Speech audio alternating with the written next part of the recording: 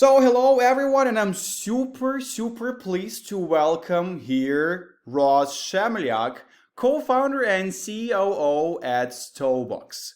Ross, hello. Hello guys, thank you for inviting. It is a pleasure to be here.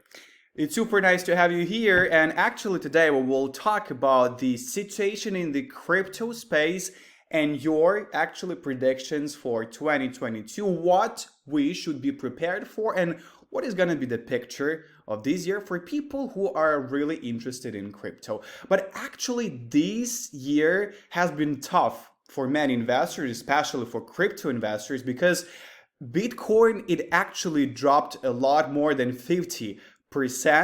Like it used to be at its highest point at $68,000, and right now it's at the lowest level for the past 6 months.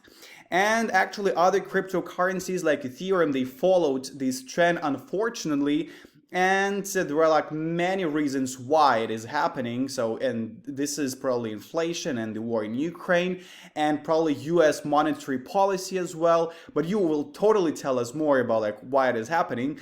But in general, this is like not the best situation for cryptocurrencies right now, but the popularity and usage is still on the top. This is like very interesting moment about that. And there is a debate.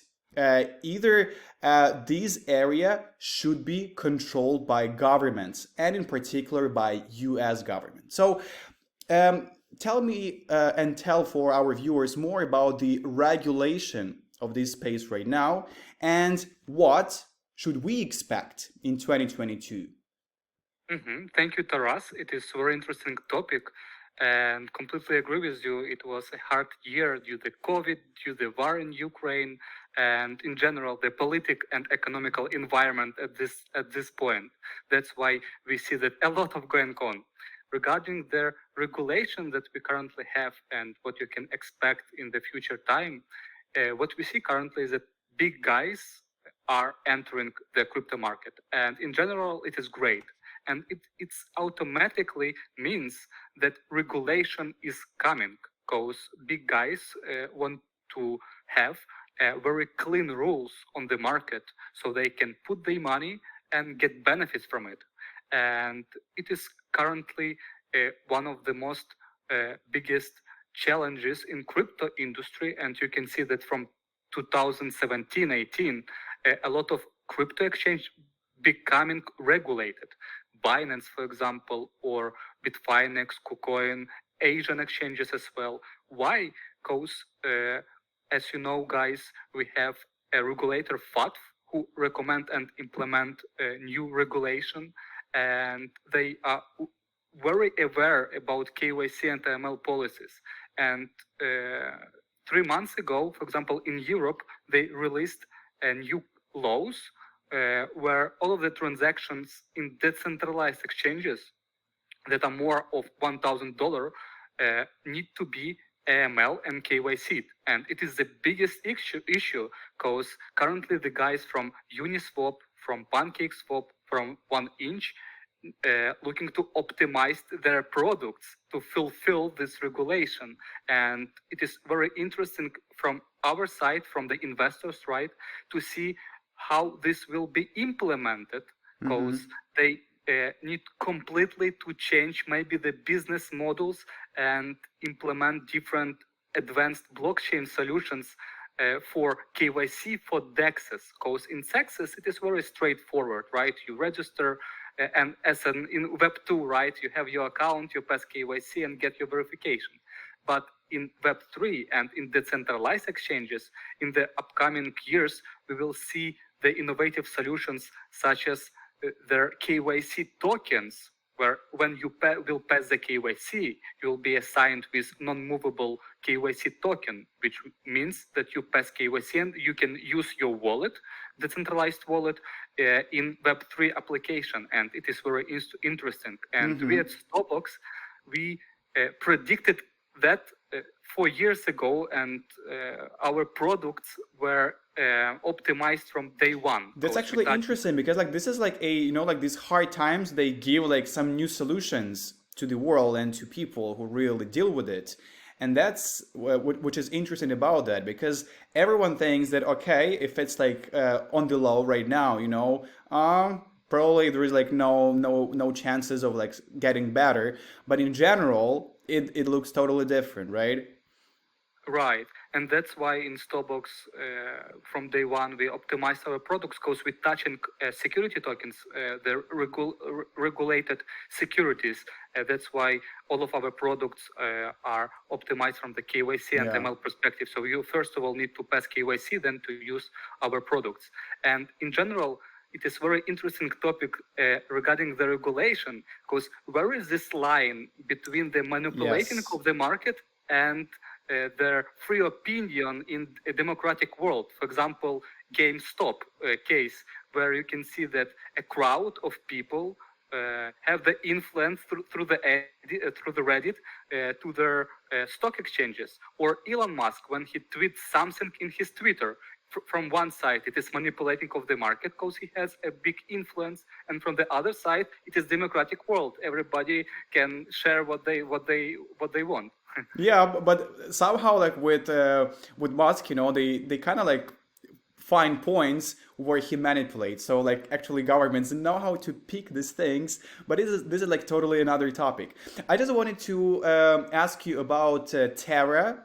Because like actually it's not the best time for it right now, and actually the situation around it brings distrust for investors actually in crypto.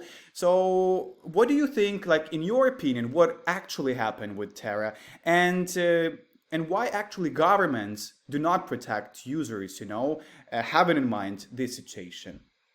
Yeah, thank you. And I think it is very tricky questions and tricky thing. Why? Because from the one side, the crypto community wants to be fully decentralized, and there are many crypto evangelists that don't like to pass KYC, for example, right?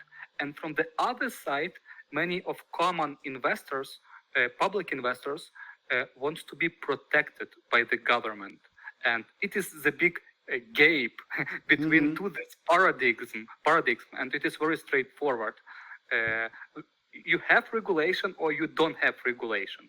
Why SEC is have a big influence and big power? Because they protecting US citizens, public and accredited investors around the world, and implement new legislations. So it is very good dilemma or trilemma that will be solved in the upcoming future.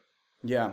And also I want to mention that in the future and in the upcoming years, in 2022 and 2023, the governments will determine stable coins as a currencies, because to be honest, they are currencies. For example, USDT, or for example Terra USD, right?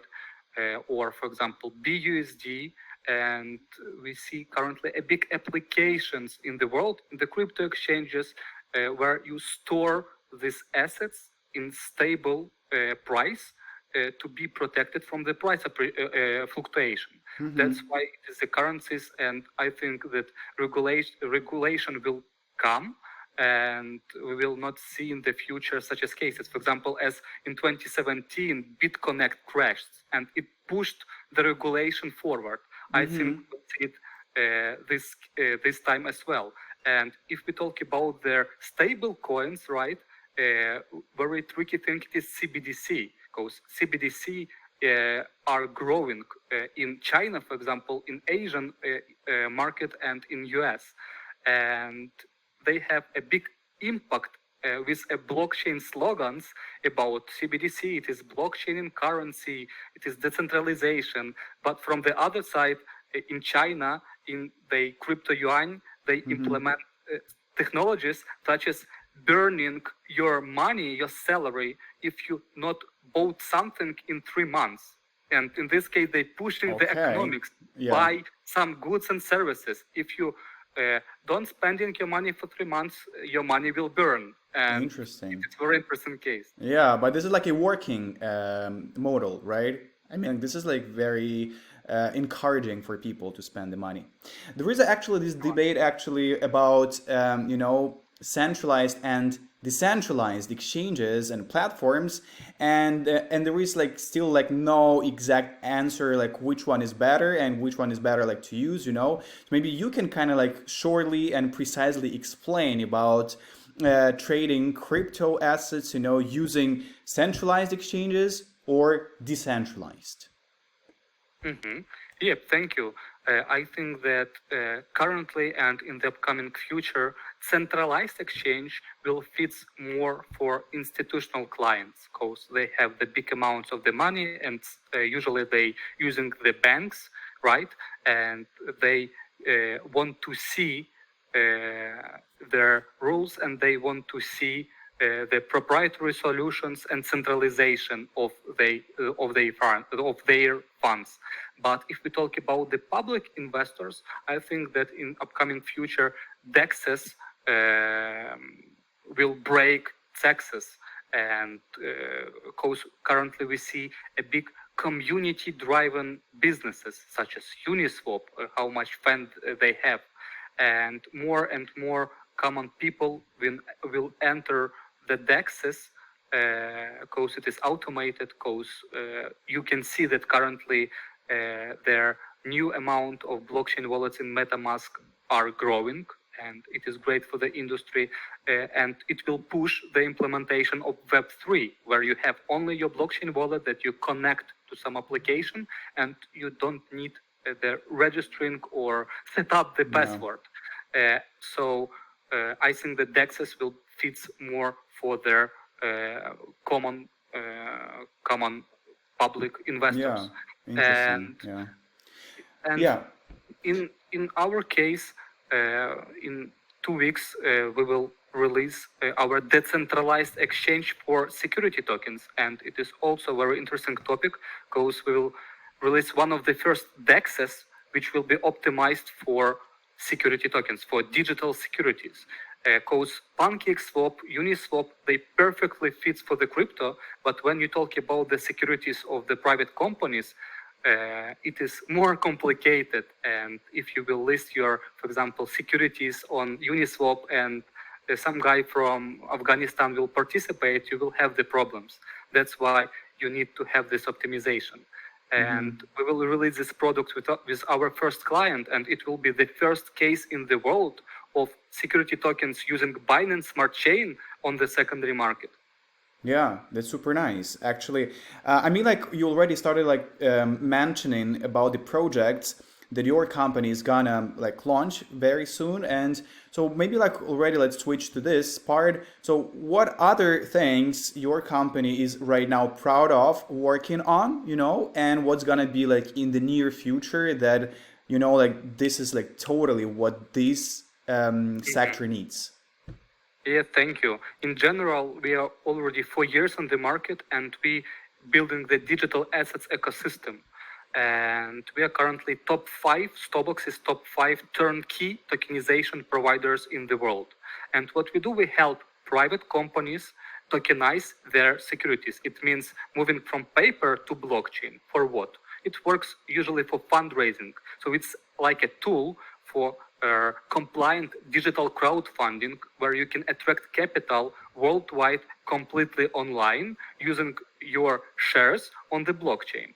And it is very revolutionary, and we see due to the COVID impact and due to the other things, more and more companies shifting completely online, and it is about the managing a company online. Because in this case, you can in one click pay dividends for your investors, or sell the securities or send the securities. You become more flexible. And we have at this stage more than 30 clients that already doing STO with us, security token offering. And we did too much. We wrote a book with Maltese regulator about how to make the STO. We're working with the governments, with Maltese governments, and we help them implement the crypto laws. We helped the Ministry of Digital Transformation of Ukraine, because the founders of our company and myself, we are originally from Ukraine, to implement crypto laws and security tokens laws. And currently, security tokens are in top 3 focuses of Ukraine up in the upcoming 30 years. And also we already received different awards in Malta Blockchain Week as the best tokenization providers, and 2 months ago from Hacker Noon as the best startup from Los Altos, California. And in a few days, as I mentioned, we will release our second product. It will be their decentralized exchange for the security tokens. And this means that we will do very important thing. We will close the client, the cycle from the consulting stage from the consulting stage to legal, to the technical implementation of security token up to secondary market. So the shares that company sold to the investors will become tradable without being public. Because in usual case, you as a company, your private company, you need to wait and you need to set up the IPO, which costs an average $8 million and spend a lot of money and time to go public, right? And you have everything that you were just saying right now, this sounds like super optimistic, like and inspiring that you are doing all this stuff and it actually brings the changes. So I actually wish good luck to you. I wish good luck to all your team because this is an inspiring thing. And I really feel that I could talk to you for ages, and you have like so much stuff to tell about. But I think this is even like a good thing because like we can leave like this thing for maybe like another interview together with you. So I'm actually looking forward for another talk with you. And this was a super nice conversation. Thank you very much, Ross. I'm super happy to meet you. And I'm really happy that our viewers actually can get this information from our conversation. Ross Shemeliak, co-founder and COO at Stobox, was together at this conversation. Yes. Yeah, thank you to Ross. Thank you, guys. If you have any questions, leave them below and I will answer them. Absolutely. And of course, don't forget to click like button and subscribe button if you still didn't do this. But if you did this, of course, comment this video and check all the links in the description box.